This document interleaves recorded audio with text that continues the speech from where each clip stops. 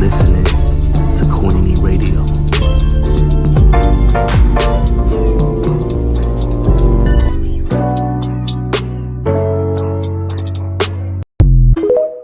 Hello, everybody, and we're back with another recap. Basketball Wives Season 10, Episode 15. Let's dive in. So we are on Episode 2, titled, Oh, You Want Smoke? So if you have already not seen Episode 1, I would stop watching because this is going to be a spoiler alert. Let's get into it. As always, we get to see a flashback of last week's episode.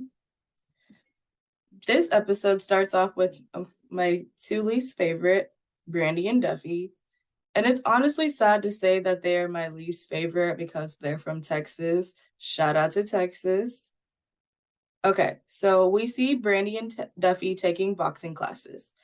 Duffy starts giving us like a little recap of their friendship, and it truly seems that Duffy has always looked up to Brandy. She says that they have known each other since they were teenagers and that she has always looked up to her.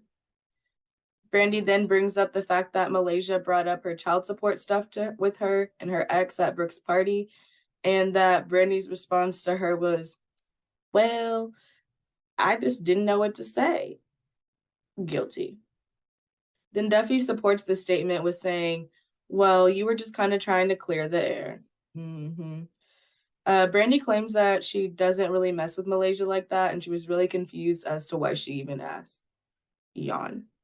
Duffy and Iman down the aisle soon? Brandy and Duffy start talking about Duffy's relationship. Ladies, are you cool with being in a relationship for years and nothing? Or are you cool with waiting? It seems that Duffy's stance is more on that she's comfortable with waiting. Granted, she tells us that she's had a bad experience in her last marriage, and Brandy tells her that Iman is, of course, ready, and I mean, to each their own. And maybe we'll see another Duffy baby in the future. The next scene is Brooke and her dad. Brooke is talking to her dad about the situation with her and her ex. And no offense, but how long are we going to drag this out? We are only on episode 2. And how many conversations have we heard throughout this show so far regarding Brooke and her potential divorce? We get it. But I honestly do appreciate Brooke being so transparent and making these comments, that she, just because her parents stayed together doesn't mean she's the type that also has to stay through whatever. Because, yes, our grannies didn't have Twitter. And maybe if they did, they would have been left our grandfathers a long time ago. Brooke then lets us know that since her ex got caught up, he's really been trying super hard to get her back. And it's honestly sad that it takes cheating and losing somebody for somebody to realize what they have. She then shares some tea that she herself is a love child. And if you didn't catch what a love child is, that is having a baby outside of a relationship. But she says that she doesn't think she can handle that same pain to stay with a man. Brooke also mentions that she got this man's name tatted on her in a couple of places, so hopefully there is a tattoo cover-up coming soon. Next, we see Jackie pulling up to the shoe store, looking at some spiffy sneakers, and Duffy pulls up. Yay! They start looking for shoes, and then Jackie gets into the tea that, British told her that everyone thinks she's messy. And I guess Jackie is now going on that, who said that, tour. And Duffy responds with, well, you remember when you did, kind of butt in with me and Angel. And if you don't go back and watch the first half of the season, I promise you'll remember. But if you have forgotten and you need a little bit refresher, they're obviously going to flash back to it. We then see Duffy in her confessionals laughing like, British girl, why would you tell her that? Now we're all going to pay for that comment. Jackie reminds her to tell the girls that she is booked and busy. Hey, Jackie, let them know. She lets Duffy know that the rest of the drama that has been happening with Jen and Malaysia, and Duffy appears to kind of just think that it's funny and dumb, which it is. And oh no, Jackie Christie is calling a Ponderosa. I just love when Jackie calls these meetings because they never go good. Then we see British and Jen in some scary looking bar place. I honestly was waiting for some kind of vampire or serial killer to pop up in the back because it looked like a scene from the Addams Family or something. British orders them a drink, and then they start the conversation off with British saying, "It's not my fault." And Jen is like, "What you mean it's not your fault?" And British kind of tries to explain her intentions and that they were just not malicious, but it was just to prove a point. Then Jen brings up Malaysia and how mad she is that she hung up the phone. She says she ain't gonna let it slide. And then we get to see a flashback between Jen and Malaysia's friendship timeline.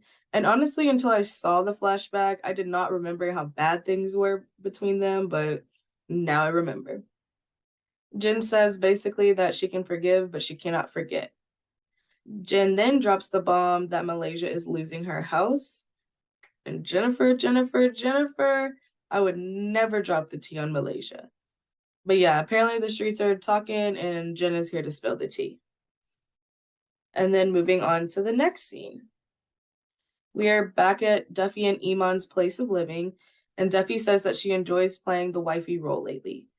They discuss how good things have been going, and Iman asks Duffy what are her thoughts on marriage now.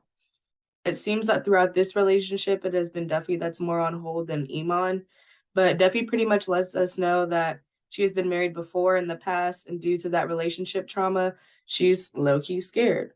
And I want to appreciate the transparency that Duffy is giving us because that honestly takes a lot.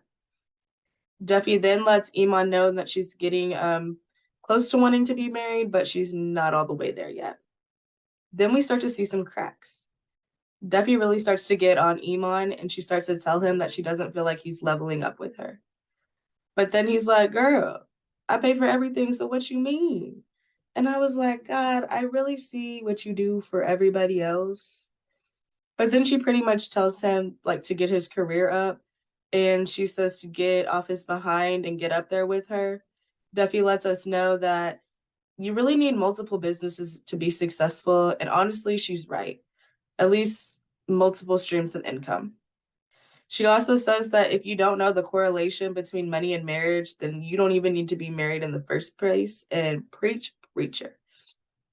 Then as she starts to compare her to Barack and Michelle, next scene. And now we're back to Brooke.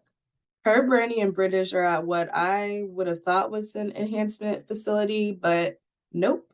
Brooke is there to get her tattoos removed that she mentioned earlier in the episode. And I honestly love how fast she's moving. She is playing absolutely no games, and that's truly how it should be. And then we find out that it takes 6 to 8 sessions. And that could not be me. But anyways, she's getting her married name off of her chest and that man's initials off of her finger. She honestly appears to take the process of the removal really well. After Brooke leaves the room, Brandy is like, "Girl, I thought this was a consultation. You actually went and did it?" And then Brandy starts to go in about how she just thinks that Brooke is angry and she's like moving really impulsively. And I'm reminded why I don't like Brandy. British then lets the girls know that she spilled the tea and Jackie's upset. Then the funniest part of the whole episode happens. British gets on her phone and starts playing some recorded message that Jackie had done. She uses some scary voice and tells the ladies, "If you're listening to this message, you are summoned to a Ponderosa. The rules are dress in black, come on time, and come alone."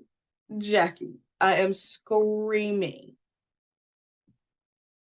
British then tells the girls about Jen and Malaysia's argument at the bar and how Jen spilled the tea about Malaysia's house. And we once again seeing Brandy being a really bad friend because she's saying like, "I mean, I don't feel bad for the situation, but I mean, it's her personal business. So if it's true, then I might feel bad." And then she kind of starts to act in front of the girls like she feels bad. I'm kind of starting to think that Brandy was the one who had issues within this friendship the whole time. British then tells the ladies that Jackie is not aware of the new information and that it is probably not a good idea to have this Ponderosa. And I mean, whenever there's the ladies get together, it's never a good time anyway, so she is right. Brandy then says she doesn't like the whole situation between Jen and Malaysia, but she's minding her big business. Then we get to see Malaysia and Duffy meeting up, which I thought it was a pole studio, but it's like some type of yoga facility. And Duffy says that she's getting flexible for her man. And I know that's right. Anyways, so Malaysia makes a comparison about her and Duffy are both carefree and how Duffy is still nice to Malaysia, where the other girls in the group have begged Malaysia to come around, but then when she started coming around, started giving her the cold shoulder. And I'm sorry, but the rest of the group is giving jealous vibes. Um, we get to then see the two doing different yoga poses with the instructor, and Duffy lets us know that her goal for this meetup is to get to know Malaysia better. She says that they both have a lot to relate to. Things such as motherhood is something that they both have in common. But then she also reminds us that she also had issues with Malaysia back in the day. And honestly, until she said that, I just don't remember. But Duffy says she's ready to move on, and it looks like Malaysia is too. Duffy then asks Malaysia what her and Brandy were talking about at the party. Malaysia lets her know that the issue about her and her ex was brought up, and she asked Brandy if she was the one telling her business. Brandy, of course, declines, and Malaysia said it cleared up the air. Duffy admits that Brandy and Malaysia will probably never be close as they used to be, and she's right. This friendship seems to be pretty unrepairable. Duffy then says that she owes Iman an apology. She tells Malaysia about the conversation about marriage that they had, and she states that she doesn't feel like she reacted in the best manner, and it probably hurt Iman's feelings. Malaysia says that she wants more stability for her kids and lets us know that she is the sole provider for her babies. Malaysia tells Duffy that sometimes it takes a woman to take the lead in a relationship, and agreed. I'm noticing more and more during these times that women are wearing the pants in the relationship.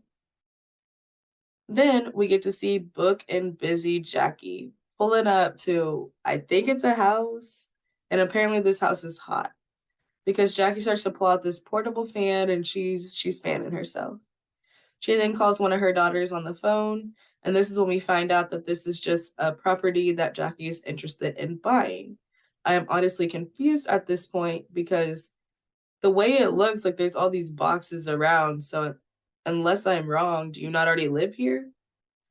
But then she reminds us that she's in real estate because she has a real estate test coming up and she's trying to flip this house.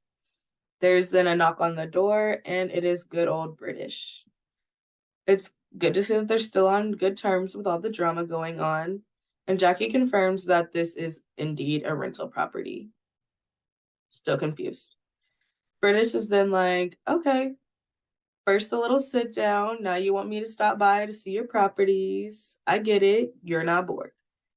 And I think what Jackie is doing is hilarious. You better show them better than you can tell them, girl. Jackie then tells British that she understands where British is coming from when she says that Jackie butts into her business personally. But anyways, she said she's the glue to the group and that she's only there to help. Okay, messy Jackie. British then asks Jackie if she has talked to Jen. Jackie's like, no, why? British then tells her, well, Jen is super unhappy, but I'll let her tell you what's up. Jackie was like, well, she can say whatever she has to say in the little Ponderosa. The next scene has us at the Ponderosa. Malaysia is sitting at the table looking pretty as ever, and we see Jackie setting up some last minute things. She lets us know that she's brought items from her businesses because, again, y'all not finna play with Jackie Christie. Jackie says, I brought my books because these girls can't read me. I brought my blindfolds because these girls can't see me. I brought my couture because these girls are not cut from the same cloth. I brought my fans because I'm simply too hot for these girls. And she just read them to filth. Malaysia has flowers for Jackie, and she's looking at the table like, is that a butt plug? And at first I was like, ma'am, excuse me. But then again, this is Jackie Christie that we're dealing with, so I mean, that is reasonable. Jackie tells Malaysia that she has some last minute things to do and leaves Malaysia in charge. The next guest to arrive is Duffy, and she lets us know that she took Malaysia's advice, and now her and Iman are headed to therapy. Yay! Then we get Brandy, who says she's uncomfortable being there, and honestly, she could have stayed at home. But then she mentions how upset Malaysia is going to be when she finds out that everybody knows her personal business, and then it clicked. You're just there for the drama. Makes sense. Then we briefly see British, and then next we get Brooke, who gets asked if she's brought some Vaseline for the party. And remember the last time her and Jackie were together in the Ponderosa, the table was shaking. But she's like, no, I just have mace, if needed. All the ladies look lovely, and Brooke gets asked how she's doing emotionally. She lets us know that she's doing better and she's looking to get a divorce. The girls seem sad for Brooke, but I'm honestly proud of Brooke. Lastly, we get Jen, and Malaysia does not look happy at all when Jen walks in. Jackie dramatically walks back into the building with these big security guards. And ma'am, when did you even leave the building? I thought you were just doing little stuff around the building. But anyway, she finally gets to her seat and she tells the bodyguards, okay, you can push my chair in. And Jackie. She reminds the ladies that she is married to an NBA player and that she is busy. And of course, the ladies start to laugh. She then goes around the table and asks the ladies if they each feel that she butts into their business. Brandy gives her a firm yes, but then she backtracks and she follows up by saying, but you're a good friend. Jackie apologizes to Brandy, and then we go to Brooke. Brooke just starts to give Jackie some in general advice about being in people's business, and Jackie just starts, start getting choked up and fake crying, because if we're gonna fake cry, I'm gonna need some tears. Then we get to the mess. Jackie said, okay, ladies, I get it, but right now we have some deeper mess within the group. And see, did you not listen to anything those girls told you? She states that once again, British shared something, and at this point, y'all just need to stop telling British stuff, because she's telling everybody everything. But she says that she's aware that she was hanging out with Jen, and that Jen was upset and was just saying a bunch of negative things about Malaysia due to Malaysia and British hanging out. Malaysia looks super annoyed and rolls her eyes super hard. Then Jackie asks Jen if she said those negative things about her. Jackie's like, well, either we're going to talk about it now or we're going to do this later. Jen says, well, I'm trying to say something, but y'all just won't let me talk. And Malaysia says that she doesn't want the conversation to be forced, so, it's good, let's chill out. Jackie, at this point, is forcing the conversation. She's forcing Jen to say whatever the tea is, and I don't know. Maybe it's because everybody else knows something and she doesn't. But Brandy again tries to jump in and be like, hey, this isn't cool. Jackie, stop. But she's like, no.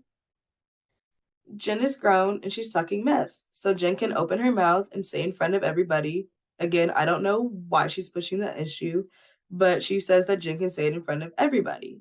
And then Jen is like, hey, again, I'm trying to say something. Nobody's listening to me. She lets us know that when she was with British, she did feel some type of way. And it was because she got hung up on. Malaysia said that she did that because she felt like the conversation was going left, but ultimately she respects Jen's decision to not want to be cool with her. And again, Jackie's like, this is not how this is gonna go. This is my show. Jen says that maybe it's Malaysia not being transparent with the rest of the group like everybody else is. And if she would share what's going on in her life, then maybe they just wouldn't have such a big issue. Malaysia's like, I don't have any problems in my life. And then weirdly, Jen looks at British, and British is like her spokesperson or something, and is like, well, I have some news. Jen said you're dead to her. And okay, me personally, if you can't tell me yourself, I don't care. Malaysia dramatically was like, oh, you killed me and I have all these kids. Noted. And I really thought that was dramatic, but that's definitely something that I would say in the moment. And Jackie was like, okay, so what are y'all saying? Y'all are going to be cool and get back together? And British jumps in and was like, girl, they are saying they are done. Finito. Jen calls Malaysia out for trying to play the victim in the situation. And as soon as Malaysia said she's not trying to play the victim, Jen says, cameras or no cameras, we all know your house got foreclosed. Malaysia's face, low-key, it didn't have any expression to me, so I really didn't know how she was feeling. But she says, don't forget, I'm dead to you, so don't speak about me. Jackie is then seen in her confessional discussing how messed up Jen was for relaying that message, and agreed. Jen, you are way too old for that. Jackie lets the girls know that this is the first Ponderosa that has not worked out, and that is where episode 2 leaves off. What did you guys think about this episode? What did you guys think about this video? Please leave your comments down below. And if you've enjoyed this recap, please like, comment, subscribe, share. Thank you.